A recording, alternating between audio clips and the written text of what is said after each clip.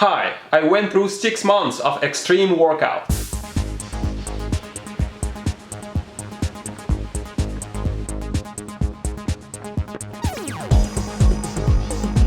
It was an absolute hardcore workout, but considering my original body, I had to do something about it.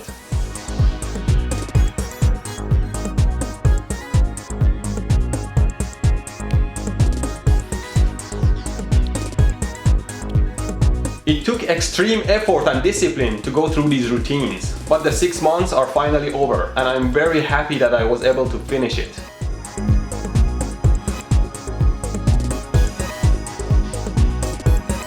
When I look at what I was before this period to what I have become after, I feel absolutely disappointed.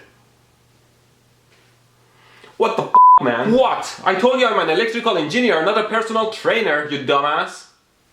But wait, there's more. I have a solution that will make you work out for dear life. It's called Workout or Die. It's a simple device. It's a belt that you tie around your belly with a tiny device that senses your motion. As long as you move, you're okay. But if you stop for any reason, it'll zap you like a mother.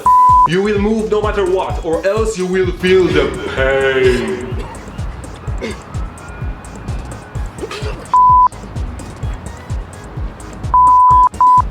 The device may often false trigger. The belt is very hard to open. It's made of very durable material resistant to sharp objects and it cannot be cut.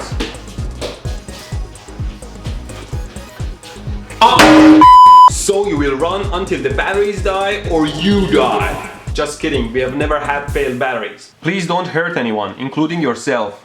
The device is very simple. It runs on 2 AA or AAA batteries and has 2 electrodes on the bottom and turns on with a switch. Now if you don't move, it says if you stop moving, it senses that and will shock you. Here's the schematic of my design. You can read more about it in my website electroboom.com. My motion sensor is very simple. It's just a magnet on a spring in front of a coil.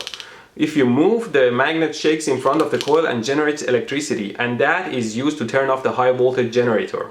If you stop moving, after a set time constant, the high voltage generator will turn on and zap the hell out of the user.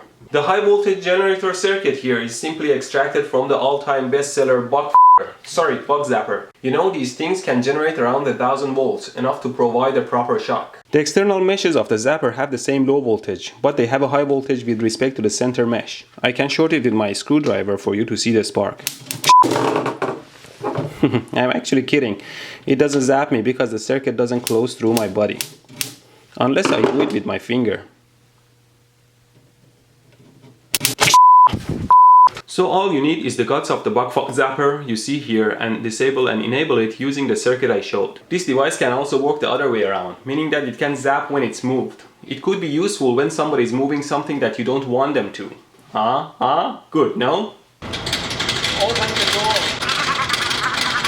Always make sure there is a warning sign when you have an electric fence.